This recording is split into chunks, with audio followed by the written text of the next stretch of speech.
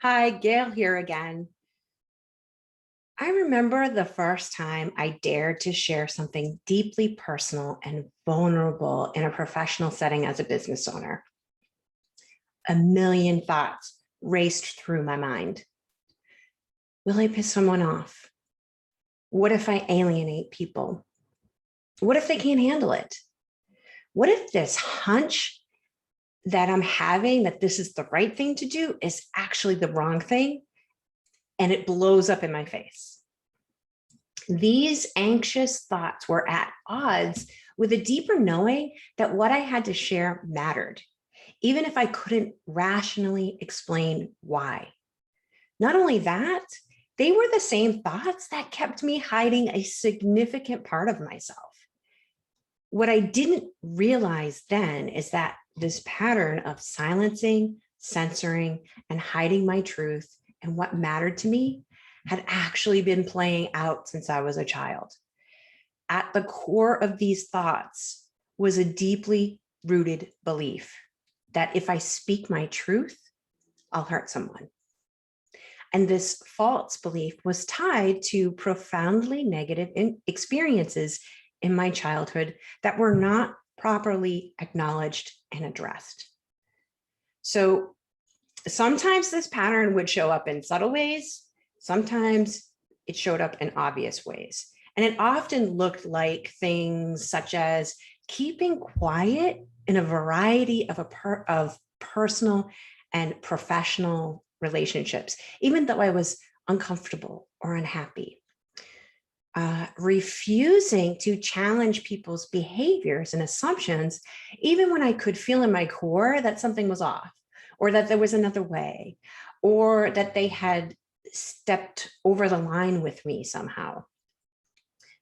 Avoiding uncomfortable conversations and topics as the norm, and staying silent and small until it was too painful to bear, then feeling bewildered when the people who I had been so concerned about ignored my feelings and needs anyway. So it's no wonder I felt like a phantom in my own life, because this just kept playing out over and over in different ways and in different scenarios. Thankfully, my early and at the time struggling business became the catalyst for making this unconscious cycle conscious.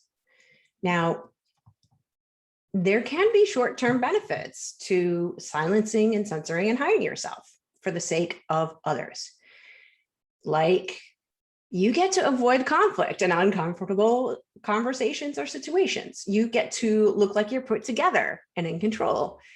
You don't have to feel vulnerable or exposed. And there's also a cost of being unable to create space for another person to show up in whatever they're feeling, being present, trusting, and in flow, letting your guard down, experiencing deeper, richer relationships, and opening yourself up to new opportunities, just to name a few. And while it is totally normal to fear or worry about what other people will think and feel about your truth, here's another truth. You will only be able to guide others to their truth to the level that you've acknowledged and accepted your own.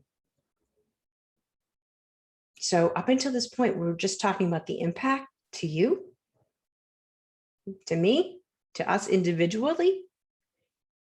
But I'm going to say that again because it has a ripple effect.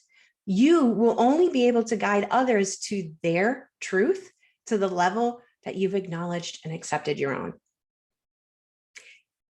So, in what ways is censoring or silencing yourself no longer, number one, serving you right now?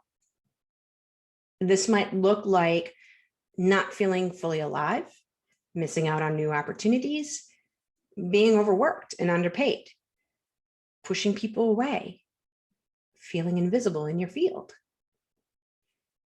What may be less obvious is how holding back your truth out of the fear of hurting others, right? This is putting your ego at risk, right? That's not serving humanity. Now, I put that out there not to shame or judge you, because I continue to work on this too.